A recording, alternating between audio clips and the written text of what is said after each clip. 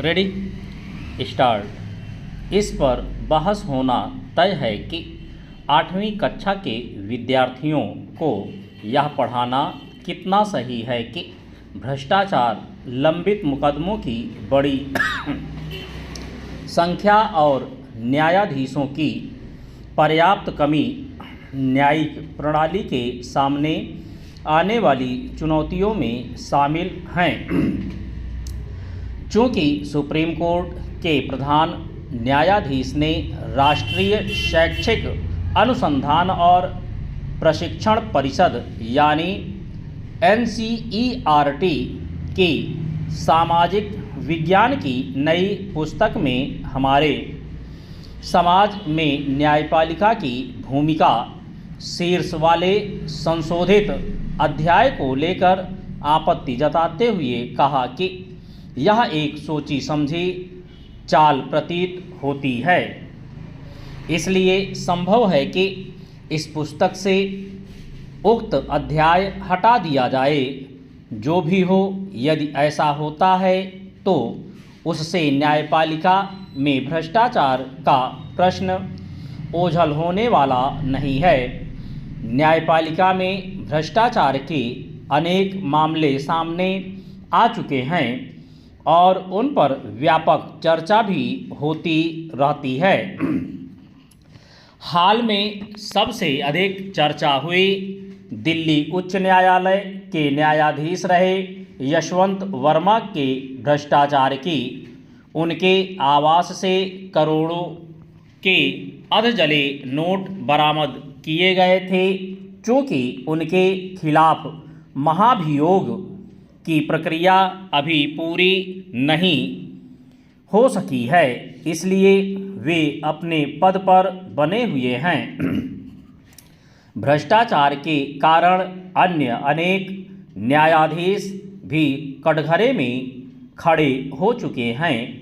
इनमें से कई न्यायाधीशों के खिलाफ महाभियोग की प्रक्रिया शुरू हुई, लेकिन किसी के भी विरुद्ध वह अंजाम तक नहीं पहुंच सकी। इसका यह मतलब नहीं हो सकता कि न्यायपालिका में भ्रष्टाचार है ही नहीं।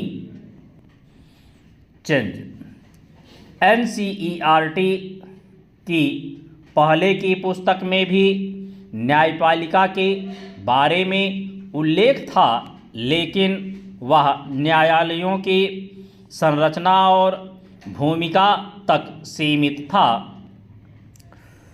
कहना कठिन है कि NCERT ने क्या सोचकर न्यायपालिका वाले पाठ को संशोधित किया और उसमें लंबित मुकदमों का विवरण आदि लेते हुए सुप्रीम कोर्ट के पूर्व प्रधान न्यायाधीश BR गवई के इस कथन का भी उल्लेख किया कि न्यायपालिका के भीतर भ्रष्टाचार की घटनाओं का जनता के भरोसे पर नकारात्मक प्रभाव पड़ता है।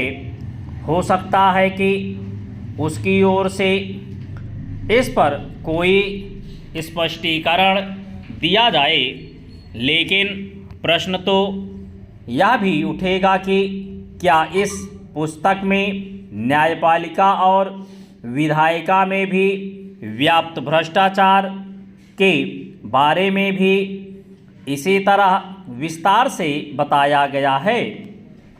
भ्रष्टाचार व्यवस्था के किसी एक अंग तक सीमित नहीं है, वह व्यवस्था के हर अंग में व्याप्त है और चिंता की बात यह है कि उस पर लगाम लगती नहीं दिख रही है।